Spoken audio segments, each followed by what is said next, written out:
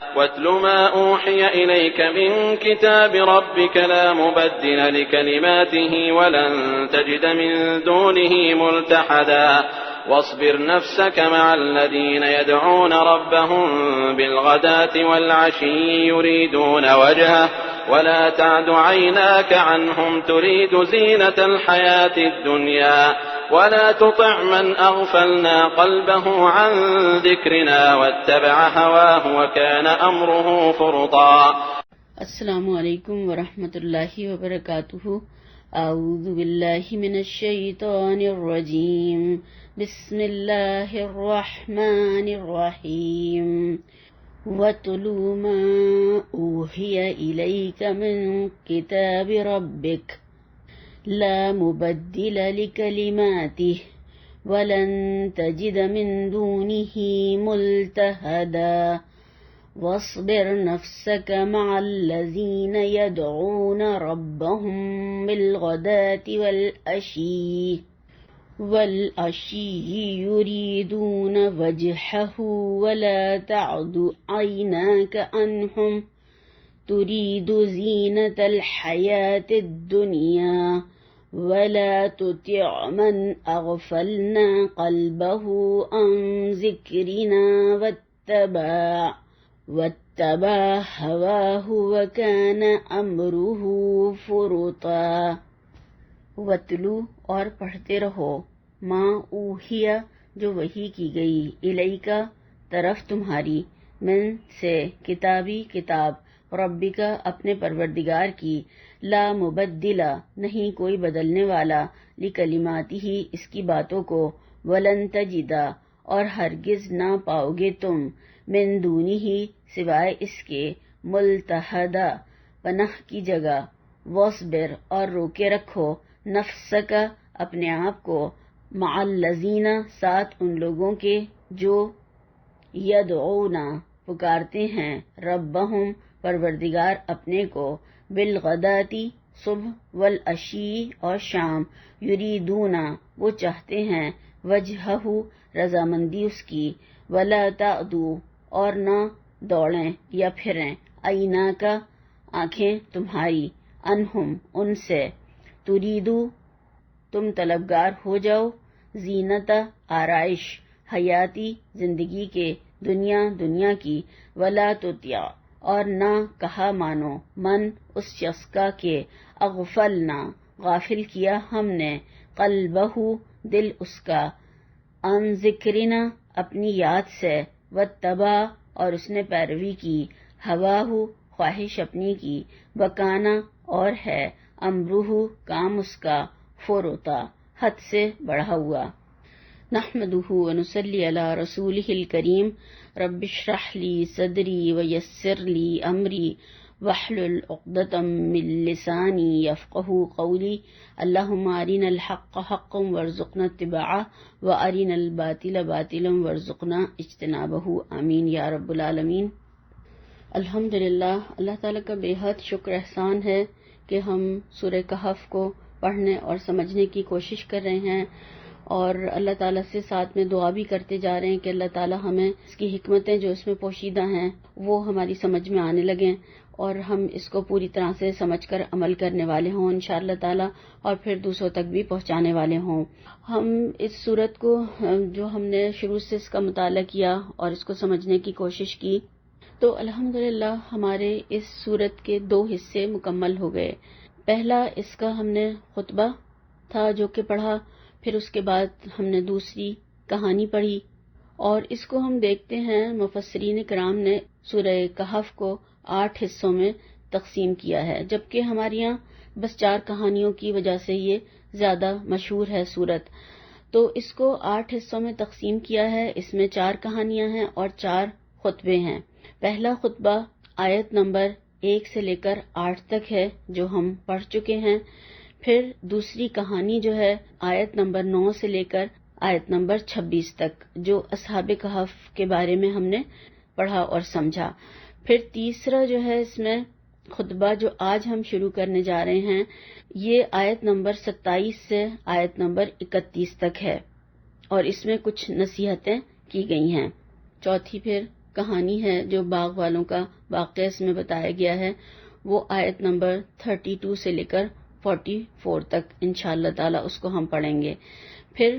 5واں جو اس میں خطبہ ہے وہ بہت لمبا ہے، طویل خطبہ ہے، اور اس میں بیچ میں آدم علیہ السلام کی بات بھی کی گئی ہے، اور یہ آیت نمبر 45 سے لے کر 59 تک ہے۔ پھر اس کے بعد میں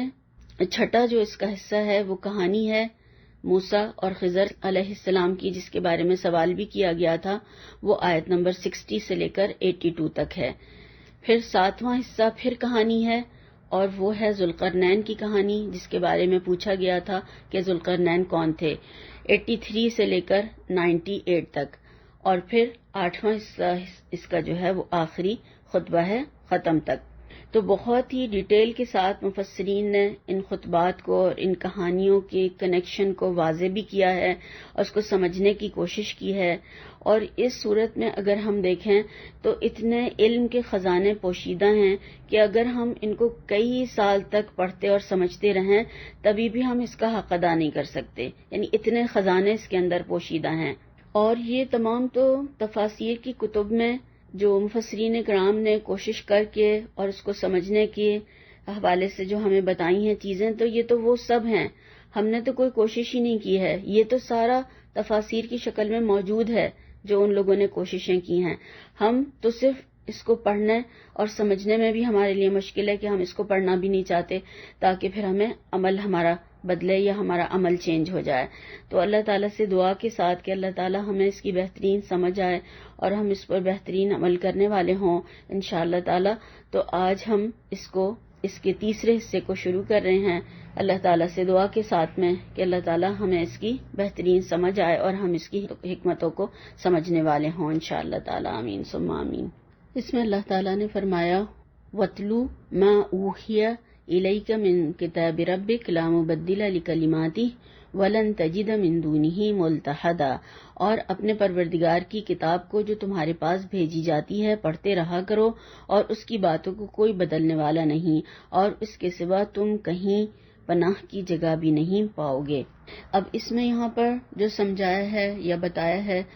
خطاب جو ہے کفار مکہ کی طرف ہے، بظاہر آپ صلی اللہ علیہ وسلم کو مخاطب کیا گیا ہے،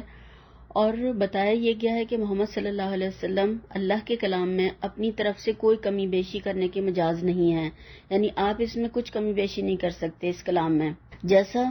نازل کیا گیا ہے بس یعنی بے کمکاس یا بغیر کسی کمی بیشی کے وہ آپ پہنچا دیجئے۔ ماننا ہے تو وہ مانے جوں کا توں، دین پورا کا پورا جیسا کہ اللہ کی طرف سے آیا ہے جو پیش کیا جا رہا ہے، اور نہیں ماننا ہے تو وہ شوق سے نہ مانے، مگر یہ امید نہ رکھیں کہ ان کو راضی کرنے کے لیے اس دین میں ان کی خواہشات کے مطابق کوئی ترمیم کی جائے گی یا کچھ چینج کر دیا جائے گا، کچھ رد و بدل کر دیا جائے گا، ایسا نہیں ہے۔ اور ان کے بار بار مطالبے یہی ہو رہے تھے کہ کچھ اس میں سے چیزیں چینج کر دی جائیں، تو کچھ تو ہماری مان لو، کچھ ہم تمہاری مان لیں،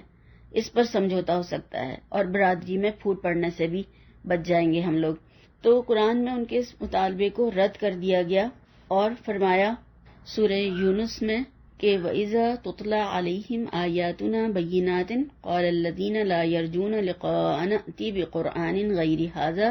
أَوْ بَدِّلْهُ، جب ہماری آیات صاف صاف ان کو سنائی جاتی ہیں تو وہ لوگ جو کبھی ہمارے سامنے حاضر ہونے کی توقع نہیں رکھتے کہتے ہیں کہ اس کے بجائے کوئی اور قرآن لاؤ یا اس میں کچھ ترمیم کرو۔ تو صاف صاف بتا دیا گیا اور فرمایا گیا کہ قرآن جو بھی کچھ اس میں نازل کیا ہے اللہ تعالیٰ نے بذریعہ وحی، آپ آگے پہنچاتے جائیے۔ اور خاص طور پہ یہاں پر جو سے مفسرین کرام میں جو ان آیات کا لنک پچھلی والی کہانی سے لیا ہے، وہ کہتے ہیں کہ اس میں خاص طور سے اصحاب کہف کا واقعہ وہ آپ پورا کا پورا اسی طرح سے نقل کر دیجئے جیسا کہ آپ کو بتایا گیا ہے، جو دیا جا رہا ہے وہ سب کچھ پہنچا دیجئے، اس میں تبدیلی کا اختیار کسی کو بھی نہیں ہے، جو سنا ہے، جو بتایا گیا ہے، جو نازل ہوا ہے، آپ اس میں کوئی کمی بیشی بھی نہیں کر سکتے ہیں۔ تو اس میں ہم دیکھ رہے ہیں یہ کہ خطاب بظاہر آپ صلی اللہ علیہ وسلم سے ہے، مگر مخاطب جو ہے وہ ہر شخص ہے، اور ہر شخص کو یہ بتا دیا گیا، سمجھا دیا گیا کہ اگر کوئی شخص بھی اللہ کے کلام میں کوئی تبدیلی کرنا چاہے گا یا کوئی چینج کرنا چاہے گا تو وہ نہیں کر سکے گا، اور دوسری بات یہ بھی کہ ایسی کوشش کرنے والا کہیں بھاگ کر بھی نہیں جا سکتا اور نہ کہیں چھپ سکتا ہے اور نہ اسے کہیں پناہ مل سکتی ہے۔ یہاں پر فرمایا وَتْلُو، تلا یتلو تلون کے معنی آتے ہیں تلاوت کرنا، اور تلاوت کرنے کے معنی جو اصل ہیں وہ الفاظ کا اس کے پیچھے آنا۔ ہم جو تلاوت کرتے ہیں وہ کیسی تلاوت کرتے ہیں کہ ہمیں کچھ بھی سمجھ میں نہیں آ رہا ہوتا، مگر اصل جو تلاوت کا مطلب ہے وہ ایسے کرنا تلاوت کے، یعنی ایسے پڑھنا کہ اس کا مطلب اس کے پیچھے پیچھے آئے۔ تو جب مطلب پیچھے آئے گا تو وہ کیا ہوگا، وہ سمجھ میں آ جائے گی چیز۔ اور ہم ایسے پڑھتے ہیں کہ ہماری کچھ بھی سمجھ میں نہیں آتا، کیوں؟ اس لیے کہ ہماری زبان نہیں ہے اور ہم عربی جانتے نہیں ہیں، تو اس لیے ہمیں سمجھ میں ہی کچھ نہیں آتا ہے۔ تو ہمیں اس کو معنی کے ساتھ سمجھنا کتنا زیادہ ضروری ہے کہ جب ہم پڑھ رہے ہوں تو اس کا مطلب ہمیں سمجھ میں آتا جائے۔ تو اس کے معنی میں، تلاوت کے معنی میں سننا اور سمجھنا دونوں چیزیں داخل ہیں۔ پڑھنا، سننا، سمجھنا سب آ جاتا ہے اس کے اندر۔ تو خود پڑھنا بھی ہے اور پڑھ کر سنانا بھی ہے اور دوسروں تک پہنچانا بھی ہے۔ اور ہم خود اپنے آپ کو دیکھیں کہ ہم کیا کر رہے ہیں، کیسے پڑھتے ہیں، کتنا صحیح، کتنا غلط، اور کتنا سمجھ رہے ہیں اور کتنا پھر دوسروں تک پہنچا رہے ہیں۔ اور جیسا کہ ہم سب یہ جانتے ہیں کہ قرآن کا پڑھنا باعث برکت بھی ہے اور سکینت کا ذریعہ بھی ہے، یعنی اس سے فرشتے بھی نازل ہوتے ہیں، اس کو پڑھنے سے اللہ کی رحمت بھی آتی ہے اور برکت بھی ہوتی ہے۔ اس کو صرف پڑھنا اور بغیر سمجھے ہوئے ایک کہانی کے حوالے سے سمجھیں گے جو کہ اس سے بات اچھی طرح سے سمجھ میں آ جائے گی۔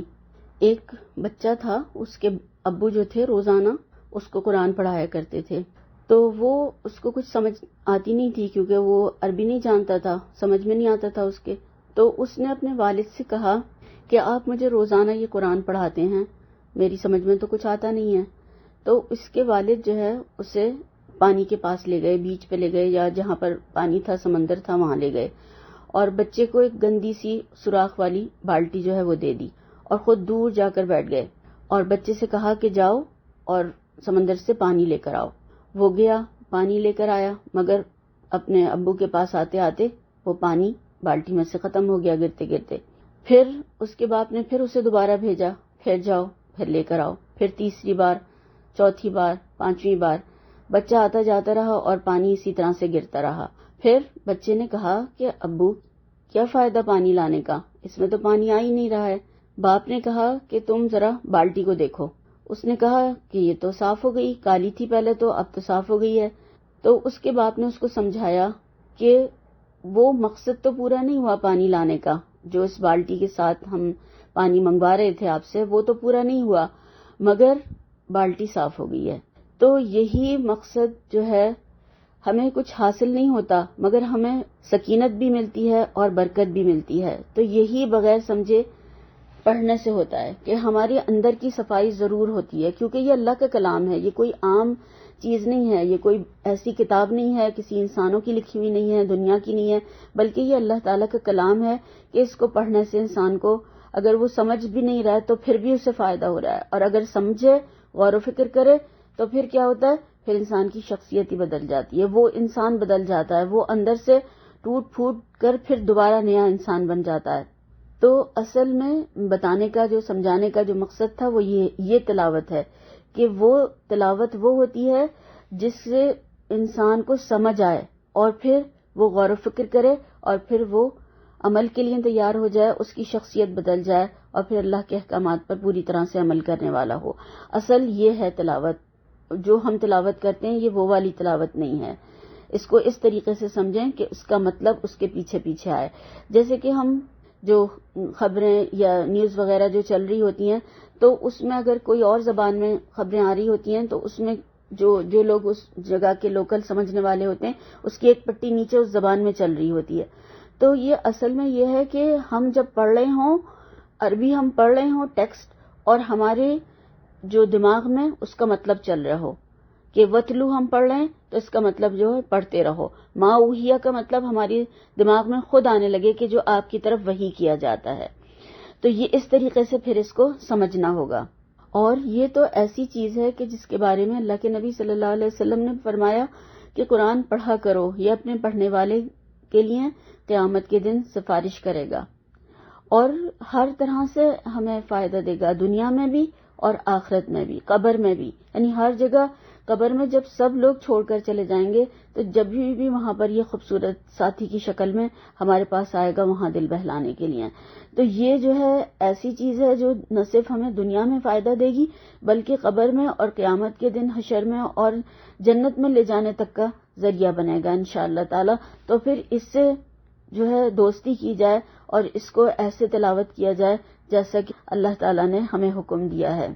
اور اس کو حفظ کرنا بھی ضروری ہے۔ جیسے کہ اب ہم یہ سورت بھی پڑھ رہے ہیں تو تھوڑا تھوڑا کر کے جیسے چند چند آیات آ رہی ہیں تو اس کو بھی ہم کوشش کریں کہ ہم اس کو حفظ کریں، کیونکہ یہ ایسی سورت ہے جو کہ ہمیں انشاءاللہ تعالیٰ دجالی فتنوں سے بچائے گی، تو ہمیں اس کو بھی کوشش کرنا چاہیے۔ تو حفظ کے ساتھ ساتھ اس کا سمجھنا بہت زیادہ ضروری ہے۔ اور ہم اس کو قرآن کو اس طرح بھی سمجھ سکتے ہیں کہ یہ قرآن جو ہے ایک میزان ہے، ایک کسوٹی ہے، ایک آئینہ ہے کہ جو ہمیں بتاتا جاتا ہے کہ ہم کہاں کہاں سے غلط ہیں، کہاں کہاں سے صحیح ہیں، کیا کرنا ہے کیا نہیں کرنا ہے۔ اور جیسے کہ اگر ہم دیکھیں کہ جب کسی پبلک پلیس پر یا پھر لفٹ وغیرہ میں جا رہے ہوتے ہیں تو وہاں پر میرر لگے ہوتے ہیں، آئینے لگے ہوئے ہوتے ہیں،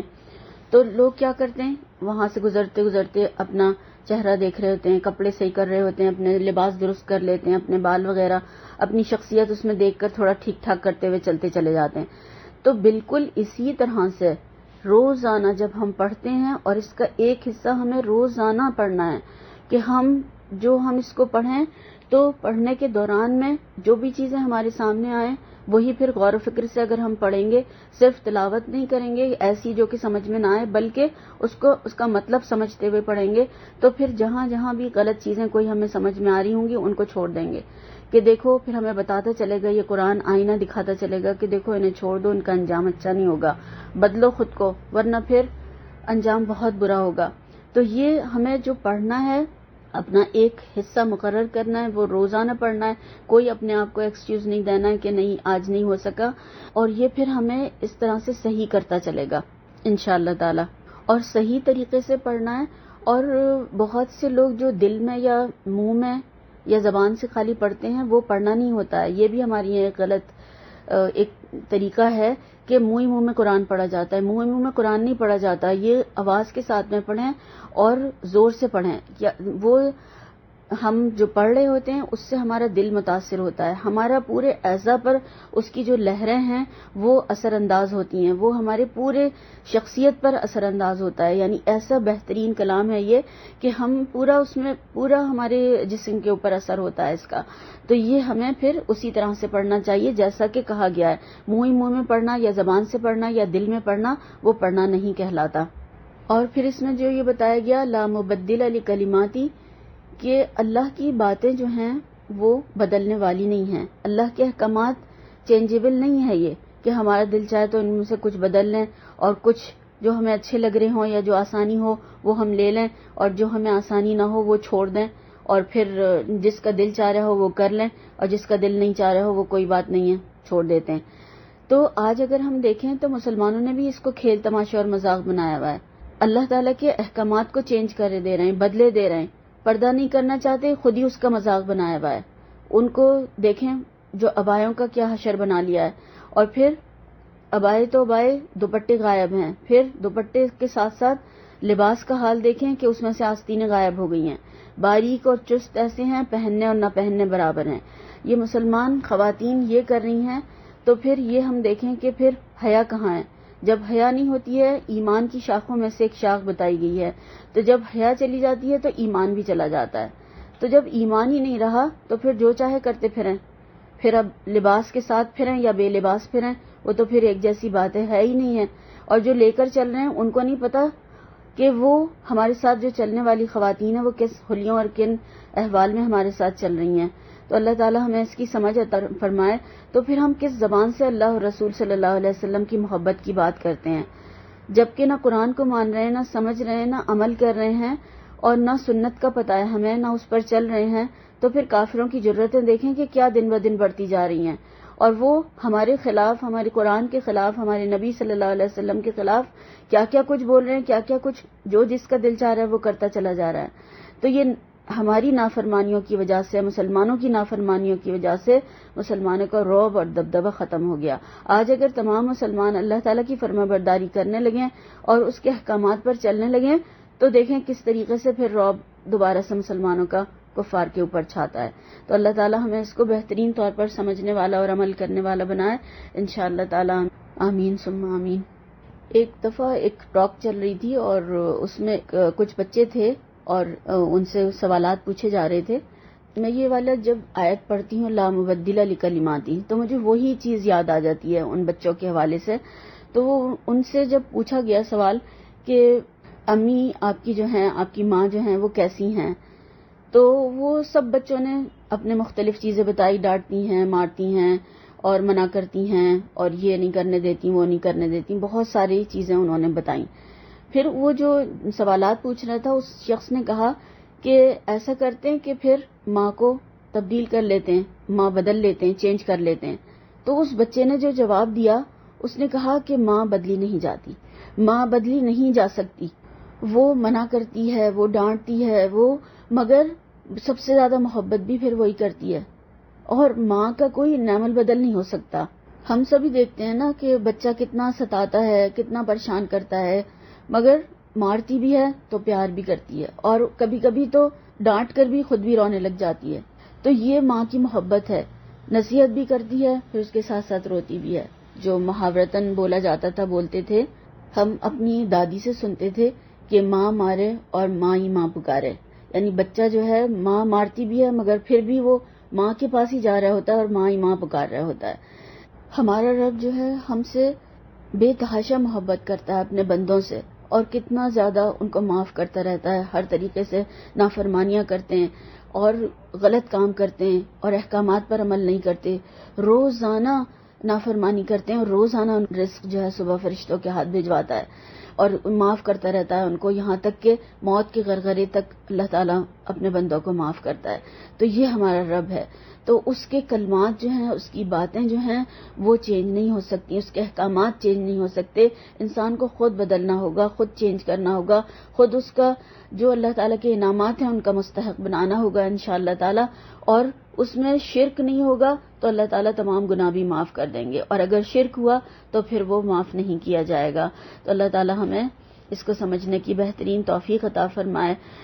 اس آیت کا لنک ہم دیکھیں جو کہ کہف والوں کے سے جو مطابقت ہے اس کی، کہ اللہ کی باتیں ماننے پر اللہ تعالیٰ نے ان کو معجزہ بنا دیا۔ وہ انہوں نے اللہ تعالیٰ کی بات تو مانی تھی اور ایمان کو بچا کر وہ وہاں سے پہاڑوں میں چلے گئے، تو اللہ تعالیٰ نے ان کو معجزہ بنا دیا، اور ان کو یعنی رہتی دنیا تک، قیامت تک ان کا واقعہ لوگ اس میں پڑھتے رہیں گے۔ تو اس سے صحابہ کرام کو اور تمام امت کو بھی یہ بتایا گیا ہے کہ ان کو تو غار میں پناہ دی اللہ تعالیٰ نے، اور اس طریقے سے ان کو بچایا، اور رہتی دنیا تک ان کا قصہ پڑھا جاتا رہے گا۔ اور تمہاری پروٹیکشن جو ہے، تمہاری جو ہے وہ پناہ گاہ کیا ہے؟ یہ قرآن ہے۔ اس کو پڑھو، اس کو سمجھو، اور اس میں جو آیات ہم یہ پڑھ رہے ہیں جو سورہ کہف کی آیات ہیں، دجالی فتنوں سے بھی تمہارے لیے بچاؤ کا ذریعہ ہیں۔ تو پھر ہمارا ملتحد جو یہاں پر بتایا گیا ہے وہ کیا ہے؟ پناہ گاہ جو ہے، پروٹیکشن جو ہے وہ کیا ہے؟ وہ یہ کلام ہے۔ تو اسی کو پڑھنا اور سمجھنا ہے انشاءاللہ تعالی۔ اللہ تعالی ہمیں اس کی بہترین توفیق عطا فرمائے۔ پھر فرمایا وَاصْبِرْ نَفْسَكَ مَعَ الَّذِينَ يَدْعُونَ رَبَّهُمْ بِالْغَدَاةِ وَالْعَشِيِّ يُرِيدُونَ وَجْهَهُ وَلَا تَعْدُ عَيْنَاكَ عَنْهُمْ تُرِيدُ زِينَةَ الْحَيَاةِ الدُّنْيَا وَلَا تُطِعْ مَنْ أَغْفَلْنَا قَلْبَهُ عَنْ ذِكْرِنَا وَاتَّبَعَ هَوَاهُ وَكَانَ أَمْرُهُ فُرُطًا۔ اور جو لوگ صبح و شام اپنے پروردگار کو پکارتے اور اس کی خوشنودی کے طالب ہیں، ان کے ساتھ صبر کرتے رہو، اور تمہاری آنکھیں ان میں سے گزر کر اور طرف نہ دوڑیں کہ تم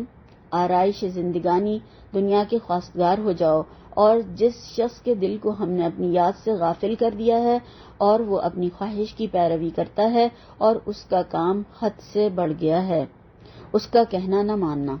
اس آیت کو سمجھنے کے لیے اس کا پس منظر یا شان نزول سمجھنا بہت ضروری ہے۔ بعض تفاسیر میں آتا ہے کہ آپ صلی اللہ علیہ وسلم کی خدمت میں مزر قبیلے کا سردار اوئینہ بن حزن فزاری قبول اسلام سے قبل حاضر ہوا، یعنی آپ کی خدمت میں آیا، اور اس وقت آپ صلی اللہ علیہ وسلم کی خدمت میں چند فقراء اور غریب جو صحابی تھے وہ بیٹھے ہوئے تھے. تو ان میں سلمان فارسی رضی اللہ تعالیٰ عنہ اور حضرت بلال رضی اللہ تعالیٰ عنہ اور کچھ اور لوگ بھی موجود تھے. اور ان کے کپڑے جو ہیں وہ پھٹے ہوئے تھے، پرانے کپڑے تھے. اوینا کیونکہ سردار تھا اور اس کا ایسے لوگوں میں بیٹھنے کا کبھی اتفاق نہیں ہوا تھا، تو اس نے آ کر کچھ ناگواری کا اظہار کیا اور کہا کہ ہم قبیلے مضر کے سردار ہیں اور معاشرے میں ہماری ایک حیثیت ہے، ایک شان ہے اور اہمیت ہے،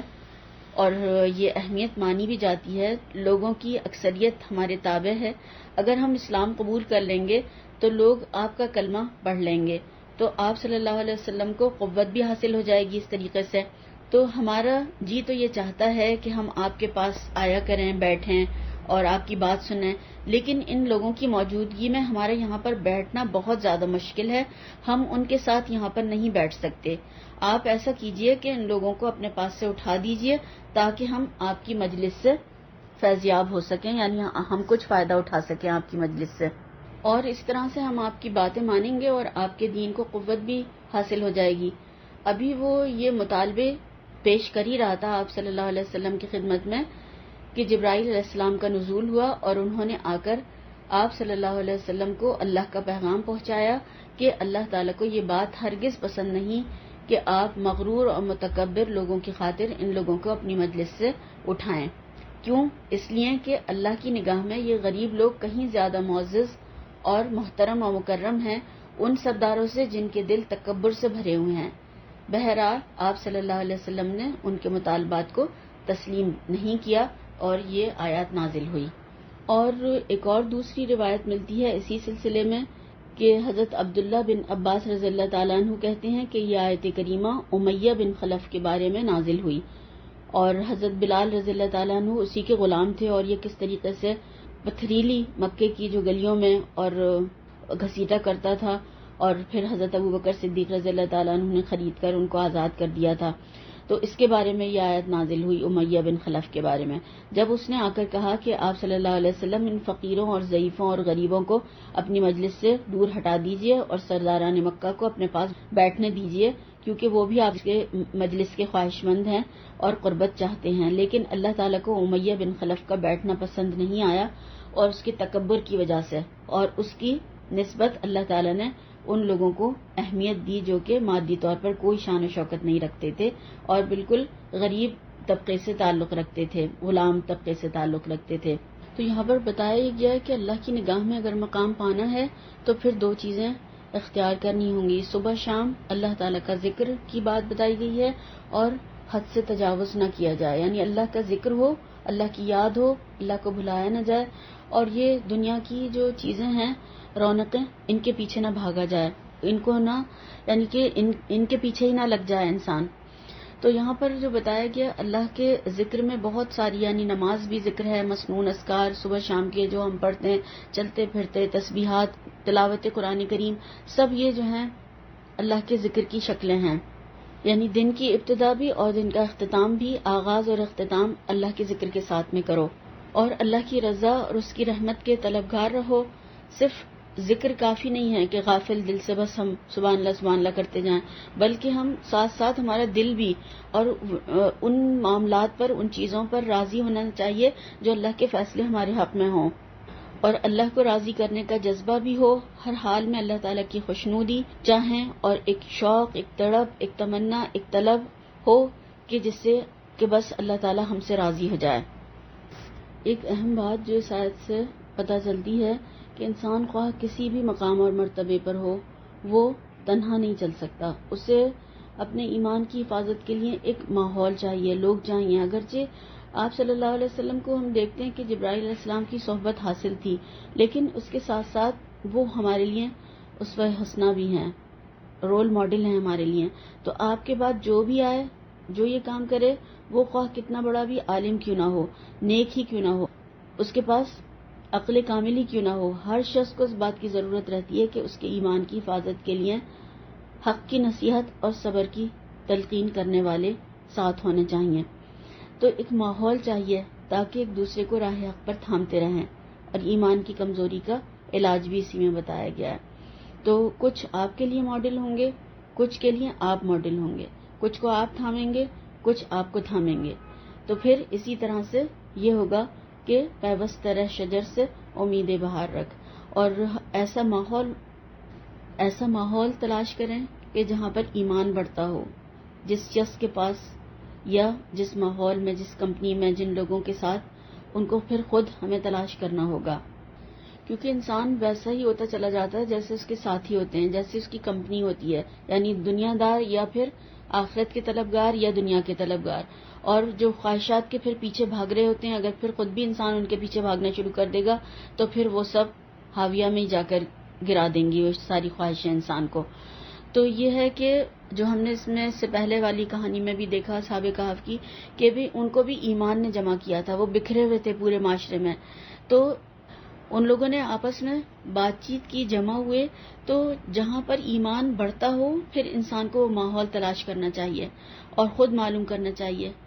کہ کس شخص کے پاس، کس مجلس میں، کہاں پر ایمان اس کا بڑھتا ہے اور کہاں پر ایمان اس کا گھٹتا ہے. اور اگر پھر اس کو ماحول نہ ملے تو پھر اس کو چاہیے کہ وہ خود بنائے، وہ پھر لوگوں کو خود اسے جمع کرنا ہوگا، تلاش کرنا ہوگا. اور ہم یہ دیکھتے ہیں نیکی کی آواز جو ہے نیکی کی چاہت رکھنے والوں کو متاثر کرتی ہے، وہ ان کو کھینچ لیتی ہے. اور ہو سکتا ہے کہ انہیں راستہ نہ مل رہا ہو تو پھر جہاں جائیں نیکی کی بات کریں تو سلیم الفطرت لوگ جمع ہو جائیں گے، وہ کھچ کھچ کے اس طرف آ جائیں گے. اب کسی نئے ماحول میں یا کسی ایسی جگہ یا ایسی مجلس میں یا محفل میں یا کہیں پر ایسے گئے کسی کام سے، تو وہاں پر ہمیں کوئی بھی ایسا نہیں لگ رہا، تو ہم خود وہاں سے معاشرے کا جو صالح عنصر ہے اس کو جمع کریں. تو نیکی سے محبت رکھنے والے ان کو تلاش کریں تو وہ انشاءاللہ تعالی ضرور مل جائیں گے. اور اپنی تڑپ کا جب ہم اظہار کریں گے یا ہم اپنی بات رکھیں گے تو بہت ساری مخالفتوں میں سے کوئی ایک نہ ایک تو مددگار اور حامی مل جائے گا. جیسے کہ وہ مرد مومن جو فرعون کے دربار میں موسیٰ علیہ السلام کی بات سن کر کھڑا ہو گیا، جو ہے ایک انسان، وہ سورہ مومن میں ہے نا کہ ایک کھڑا ہو گیا وہ دربار میں. ہم آگے بڑھ کے تو دیکھیں، ایک قدم اٹھا کر تو دیکھیں، انشاءاللہ تعالی اللہ تعالیٰ اس کی مدد میں ہوتا ہے جو کسی مسلمان کی مدد کرتا ہے. تو وہ جیسے کسی شاعر نے کہا ہے نا، میں اکیلا ہی چلا تھا جانب منزل مگر لوگ ساتھ آتے گئے اور کارواں بنتا گیا. تو اس طریقے سے پھر لوگ جمع ہوتے جائیں گے اور پھر اس طرح سے ایک کارواں بن جائے گا. اور اس آیت میں دوست بنانے کا بھی ایک طریقہ یا اس کا ایک معیار بتایا گیا کہ اس کس معیار پر اس کو پرکھو. اور دو چیزیں ہمارے سامنے رکھی گئی ہیں، ایک تو وہ جو صبح شام اللہ تعالیٰ کا ذکر کرتے ہیں، اور دوسرے جو وہ اس سے غافل ہیں. تو اب جن کی صحبت اختیار کرو گے پھر ویسے ہی ہوتے چلے جاؤ گے. جو اللہ کا ذکر کرنے والے ہیں ان کی صحبت اختیار کرو گے تو پھر اللہ کا ذکر کرنے والے بن جاؤ گے. اور جو غافل ہیں، دنیا میں پڑے ہوئے ہیں، ان کو کوئی احساس اور ہوش اور جواب دینے کا کوئی ان کو فکر نہیں ہے اللہ تعالیٰ کے سامنے کھڑے ہونے کا، تو پھر ویسے ہی انسان پھر بنتا چلا جاتا ہے. اور جو افراط و تفریط میں مبتلا ہو تو اللہ تعالیٰ کو وہ پسند نہیں ہے. اللہ کے ذکر سے غافل لوگ اللہ تعالیٰ کو پسند نہیں ہیں. تو یہ دو رویے جو بتائے گئے ہیں، افراط اور تفریط، کہ خوشی میں حد سے بڑھنا، بے جا خرچ کرنا، اللہ تعالیٰ کو ہی بھلا دینا، جس نے خوشیاں دیں اسی کو ہی بھول جانا، اس کی نافرمانی کے کام کرنے لگنا. اور پھر شادیوں میں دیکھیں کہ نمازیں ہی غائب کر دینا، خوشی میں اللہ تعالیٰ کو ہی بھول جانا، سب دین کو طے کر کے رکھ دینا. نمود و نمائش میں، ریاکاری میں حد سے بڑھ جانا. پھر تفریط جو ہے کیا ہے؟ کم کر دینے میں، یعنی غم میں حد سے بڑھنا، اللہ سے غافل ہو جانا، غم میں یا تکلیف کو اس کا ظلم کہنا، نعوذ باللہ، یا سمجھنا. نمازیں اور قرآن تک چھوڑ دیتے ہیں کوئی اگر مصیبت یا تکلیف آ جائے تو لوگ گستاخانہ الفاظ اللہ تعالیٰ کی شان میں بولنے لگتے ہیں. کھانے میں، پینے میں، دوستی میں، ہر چیز میں، یعنی سستی میں حد سے بڑھ جانا، دشمنی میں، محبت میں، نفرت میں حد سے بڑھنا. تو یہ اللہ تعالیٰ کو پسند نہیں ہے. افراط ہوتا ہے حد سے بڑھنا اور تفریط ہوتا ہے حق میں کمی کرنا. اور یہ دونوں صورتیں جو ہیں اللہ تعالیٰ کو ناپسند ہیں. اور پھر افراط کا لازمی نتیجہ جو ہوتا ہے وہ تفریط ہوتا ہے. اور پھر وہ انسان جیسے چاہو ویسے جیو کے نعرے لگانے لگتا ہے، جو دل چاہے کرو، کوئی پکڑ نہیں، کوئی پوچھنے والا نہیں، کوئی کچھ کہنے والا نہیں. تو یہ مسلمان اس طریقے سے نہیں کہہ سکتے. مسلمان تو ایک شریعت کے پابند ہیں، احکامات دے کر بھیجا ہے، وہ ہمیں فالو کرنے ہیں. تو ایک مقصد زندگی کے تحت ہمیں دنیا میں بھیجا گیا ہے کہ ہمیں وہ کام کرنے ہیں جو اللہ تعالیٰ کے بتائے ہوئے ہیں، اللہ کی عبادت کرنی ہے، تو پھر ہم کہاں سے آزاد ہو سکتے ہیں؟ ہم تو ایک نظام کے پابند ہیں، ہم اپنی مرضی کیسے کر سکتے ہیں؟ ہم تو غلام ہیں اللہ تعالیٰ کے. تو یہ ہمیں اس آیات میں، ان آیات میں یہ سب چیزیں اللہ تعالیٰ نے سمجھائی ہیں اور بتائی ہیں. اللہ تعالیٰ ہمیں اس پر بہترین عمل کرنے والا بنائے اور بہترین اس کی سمجھ ہمیں عطا فرما دے، تاکہ ہم آج کے نقصان اور خسارے سے اور کل کے بہت بڑے نقصان اور خسارے سے بچ جائیں انشاءاللہ تعالیٰ، آمین. اور تمام احکامات پر عمل کرنے والے ہوں اور اللہ تعالیٰ ہم سے راضی ہو جائے اور نفس اور شیطان کے شر سے بچا لے. سبحانک اللہم و بحمدک، اشہد ان لا الہ الا انت، استغفرک و اتوب الیک. السلام علیکم ورحمۃ اللہ وبرکاتہ.